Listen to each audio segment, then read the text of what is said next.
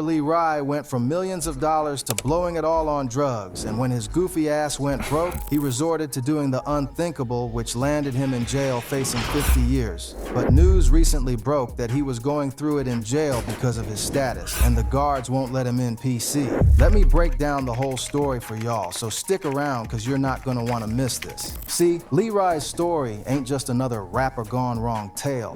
This is about a young man from one of the most dangerous neighborhoods in America who got a golden ticket out, only to throw it all away for the streets that raised him. Lil Rye, born and raised in one of the grittiest parts of the city where survival is a daily struggle. We're talking about a place where the poverty rate sits at over 40%, where gunshots are as common as car horns, and where most young men either end up dead or in prison before they hit 25. Growing up, Lil Rye was just another kid trying to navigate these dangerous streets. His family struggled financially. His mother worked multiple jobs just to keep the lights on, and his father was in and out of prison for various charges. Like many young men in his situation, he was drawn to the fast money that came with street life. The corner boys with their flashy cars and jewelry represented success in a world where legitimate opportunities seemed non-existent. But what separated Lil Rye from his peers was his natural talent for music and his ability to tell stories through rap that resonated with people who lived similar experiences. He started freestyling at local cyphers, performing at underground venues, and building a reputation in Atlanta's competitive rap scene. His lyrics weren't just entertainment, they were testimonials of street life, poverty, and the constant struggle to survive in an environment that seemed designed to destroy young black men. Now, in the hood, we know that talent alone ain't enough. You need opportunity, and opportunity don't come knocking in the projects. You can be the most talented rapper in your neighborhood, but if you don't have connections, resources, or a way to get your music heard by the right people, you'll remain unknown forever. But Lil Rye's luck was about to change in a way that would alter his life forever. When Gucci Mane heard Lil Rye's music through a mutual connection in Atlanta's music scene, he knew he had found something special. But here's where the story gets deeper than just a simple record deal. See, Gucci Mane didn't just sign Lil Rye for a small advance like most new artists receive. We're talking about a deal worth $2.5 million. Life-changing money for a young man who had never seen more than a few $1,000s at one time. This wasn't just a record deal, this was a complete transformation of Lil Rye's entire existence and the existence of every... Damn, Gucci signed that nigga for 2.5? 2.5 though? Is that true? I don't know, but that's crazy.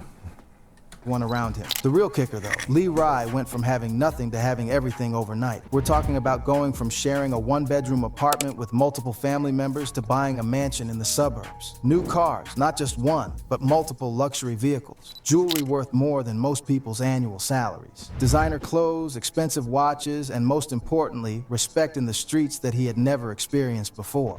For someone who grew up struggling, who had worn the same pair of shoes until they fell apart, who had gone to bed hungry more nights than he cared to remember, this sudden wealth was intoxicating. But as we all know, money don't change you. It reveals who you really are. And what it revealed about Lil Rye was that he had never learned how to handle success or manage wealth responsibly. But yo, this is where the story gets more complicated than just rags to riches. See, Lil Rye started spending his money on drugs, not just using them, but buying them in bulk to get high with his whole friend group. We're talking about serious money being blown on pills, lean, Molly.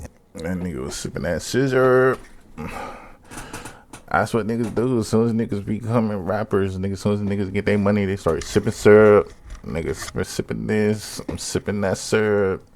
See them, you start seeing them niggas with double cups. Niggas be loaded out their fucking mind. That shit crazy. And other substances that were slowly destroying his mind and his bank account. What started as recreational use quickly spiraled into a serious addiction that was affecting every aspect of his life. The drug culture. Hey man, that's why I say some people don't need money. Not, you know what I'm saying, hundreds of thousands of dollars, because it's like, you know what I'm saying, they you know, once niggas on drugs, it's like they go get addicted and then they go need it. You know what I'm saying? You got so much money that you're going to continue using these drugs because, you know what I'm saying, you got the money to buy these drugs. And it's like, you feel me? Once you're addicted, you know what I'm saying, it'd be over with for these niggas, because it's like, you know what I'm saying, When you wake up, you gotta need this drug, you gotta need this, you gotta need this drug and shit, and it be ruin your mind, body, your soul, and all the shit, man. Some people just don't, you know what I'm saying? Some people don't need the bands, man. Some people don't need them 100,000s, man. Culture in hip-hop is nothing new, but Lil Rye took it to another level. He wasn't just using drugs to cope with fame or pressure. He was using them to numb the trauma of his past and the overwhelming nature of his new reality. The transition from poverty to wealth can be just as traumatic as any other major life change, and without proper support systems or guidance, many people turn to substances to cope. Lil Rye fell into this exact trap. Instead of treating his music career like a business, he treated it like a lottery win. The money was flowing, the parties were endless, and the drugs were always available. His crew was living lavishly off his success, and Lil Rye was too generous and too high to realize he was being used. Friends who had never shown up when he was struggling were suddenly around all the time, and everyone had their hand out expecting to be taken care of. The drug use wasn't just recreational, it was becoming a serious addiction that was affecting his ability to create music, show up to studio sessions on time, and maintain the professional relationships that had gotten him signed in the first place. Studio engineers would complain about him showing up hours late, if at all. Producers would get frustrated with his inability to focus during recording sessions. Music videos would be delayed because Fucking up, sipping that syrup, niggas leaning, niggas leaning, niggas like, go hop in the booth, man, record that shit. That nigga in the studio like this. Hold on, give me a second. Niggas need to get it together. he was too intoxicated to perform. Gucci Mane, being a businessman who had overcome his own struggles with addiction and legal troubles, could see the writing on the wall. He had invested serious money in Lil Rye's career, not just the initial signing bonus, but also money for studio time, music videos, promotion, and touring. When an artist becomes unreliable, it affects everyone's bottom line. The real tea that got everybody shook was when Gucci Mane made the decision to drop Lil Rye from his label. This wasn't a decision made lightly. Gucci Mane had invested serious money in Lil Rye's career and had genuine hopes for his success. But he saw that Lil Rye was too much of a crash out and didn't want him under his brand anymore. The liability was too great, and the return on investment was diminishing rapidly. Now this is where we got to address the real consequences of Lil Rye's choices. After getting dropped from the label, his buzz started dying almost immediately. The industry is unforgiving. Once you're labeled as unreliable, problematic, or a liability, opportunities dry up quickly. Radio stations stop playing your music, streaming platforms stop promoting your content, and other artists stop wanting to collaborate with you. Lil Rye found himself in a position where he had burned through most of his money, lost his record deal, and was watching his career crumble in real time. The mansion was foreclosed on, the cars were repossessed, and the jewelry was sold to pay debts. The friends who had been around when the money was flowing suddenly became scarce when the well ran dry. Instead of fighting to rebuild his career, seeking help for his addiction, or trying to make amends with industry contacts, Lil Rye gave up on rap and started hanging more in the hood. This is a common pattern we see with artists who achieve success but can't handle the pressure or responsibility that comes with it. The streets that they came from start looking like a comfortable place to retreat to, even though those same streets are what they were trying to escape in the first place. But here's where it gets real dangerous. When you've tasted success and lost it, going back to the streets isn't the same as never leaving. You're now a target because people know you had money, and they assume you still have access to it or connections that could be valuable. You're also dealing with the psychological trauma of failure, which can lead to desperate decisions and poor judgment. The real kicker, though, Lil Rye was already in trouble with the law before his major incident. He had been arrested for a misdemeanor charge, probably something related to drug possession or a minor altercation, and was released on bond. For a moment, it seemed like he might have dodged a bullet and could potentially get his life back on track. But after just 2 hours of being free, the federal agents came and picked him up. This time, it wasn't for a Damn, just 2 hours after? I swear some niggas just love jail. minor charge or a state-level offense. The feds don't get involved unless they have serious evidence of serious crimes. And when they come for you, they usually have an airtight case. Hell yeah, the feds got that. What is it, like 94% conviction rate? That's like, nah, it's like 99 actually. Yeah, that shit 99. Damn, man. If the feds coming, your ass better go to motherfucking Puerto Rico, Cuba, whatever, nigga, cause nigga, it's over with. Last day in, you feel me? First day out.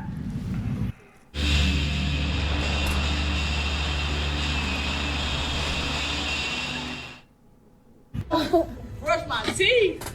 I've been woke for 45 minutes. Let me break down for y'all what actually happened that landed Lil Rye in his current situation, because this is where the story gets really wild.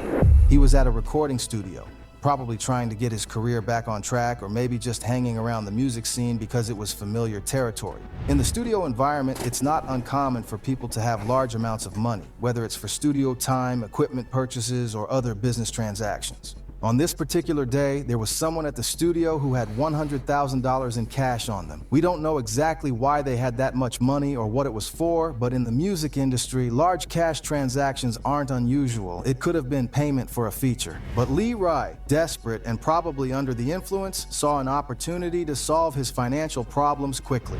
Along with one of his homies, probably someone from his old neighborhood who was also struggling financially, he made the decision to rob this person. We're talking about armed robbery, a federal offense that carries serious time, especially when it involves large amounts of money. The victim, showing more courage than most people would in that situation, refused to give up the bag. This is where the situation escalated from robbery to something much more serious. That's when Lil Rye made the decision that would change his life forever. He fired the gun. Fortunately for everyone involved, he missed, but attempted murder was now added to the charge.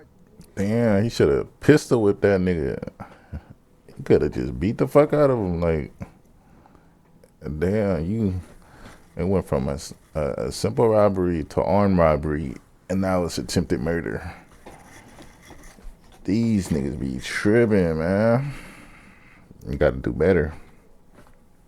Along with armed robbery and weapons violations. Realizing the gravity of what had just happened, Lil Rye and his accomplice ran away from the scene, but the damage was done. In today's world, with security cameras everywhere and digital evidence being so easy to collect, running away doesn't mean you'll get away. The authorities had enough evidence to identify and locate Lil Rye within hours of the incident. Now, let's talk about what's happening to Lil Rye in prison right now, because this is where the story gets really tragic. He's facing up to 50 years in federal prison for armed robbery, attempted murder, and weapons charges. At his age, this is essentially a life sentence. Even if he gets the minimum sentence, he'll be an old man by the time he's released, assuming he survives his incarceration. But the legal troubles are just the beginning of his problems. Lil Rye doesn't have the money to hire a good lawyer, the kind of high-powered attorney who might be able to negotiate a plea deal or find technicalities that could reduce his sentence. All that money from his record deal, gone. Blown on drugs, parties, cars that were repossessed, and supporting people who disappeared the moment he got arrested. He's stuck with a public defender who, while potentially Don't tell me that nigga just ran through 2.5 million like that. Did he really get signed for 2.5? I don't know. I don't know, sure, but I don't even know. First time I heard him was when he made a song with J-Bo. What is it, that Casualty? Yeah. But yeah, bruh is down bad tremendously, and damn, you could have been making $100,000 like that. Like if y'all ass would have stayed off the drugs and not been in, you know what I'm saying, doing all this syrup, all these other drugs and shit. If y'all ass would have just, you feel me? That's why he got dropped from the label, cause niggas wasn't showing up to they you know, to the studio to record music. Nigga flunked out on the bag. Now you want to rob somebody and go to jail for attempted murder. And well-intentioned, doesn't have the resources, time, or connections to mount the kind of defense that could potentially save Lil Rye's life. Public defenders are overworked, underpaid, and handling dozens of cases at once. They simply can't provide the same level of attention and resources that a private attorney could. The real tragedy, though, is what's happening to him inside the prison walls. Since Lil Rye is famous, or at least was famous in certain circles, he's become a target for other inmates. In prison culture, celebrities are often seen as soft, privileged, or having access to money and resources that regular inmates don't have. This makes them targets for violence, extortion, and general harassment. According to sources close to the situation. Yeah, and Lil Rye, like 5'5", and he like a little twig, man, or he was. He might be a little bit more buffer now, but yeah, if they know you got status and know what I'm saying, and they knew you was you know, like a little rapper and shit, they gonna be on you. Nigga, put some money in my motherfucking books, nigga. I'ma whoop your ass every day we in this bitch. Nah, that's crazy though.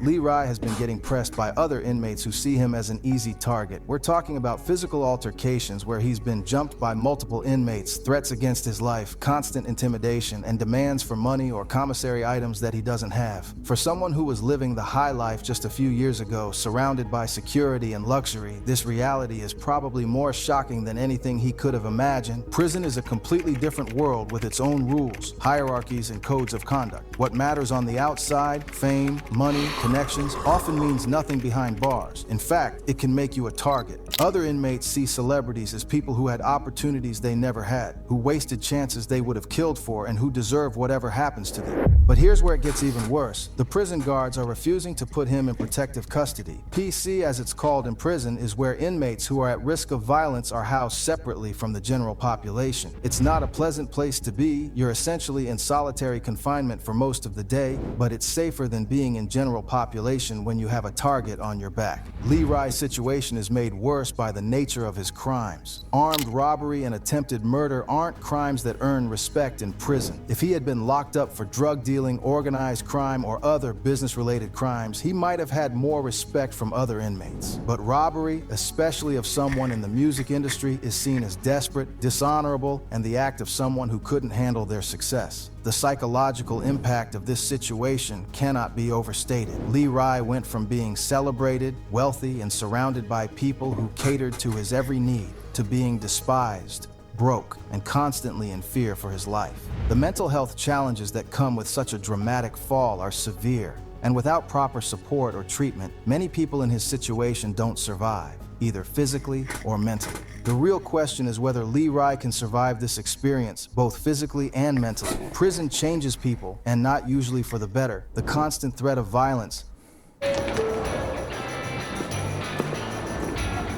Whatever your pace of life, The isolation from everything familiar, the knowledge that you might never get out, and the daily humiliation of prison life can break even the strongest person. Many celebrities who have gone to prison come out completely different people, if they come out at all. And at the end of the day, Lil Rye's situation isn't just about one man's fall from grace. It's about the cycle of poverty, violence, and poor decision-making that traps so many young men from disadvantaged communities. It's about how sudden wealth without proper guidance, financial education, and support systems can be just as destructive as poverty. And it's about how the streets that raise you can ultimately destroy you, even when you think you've escaped them.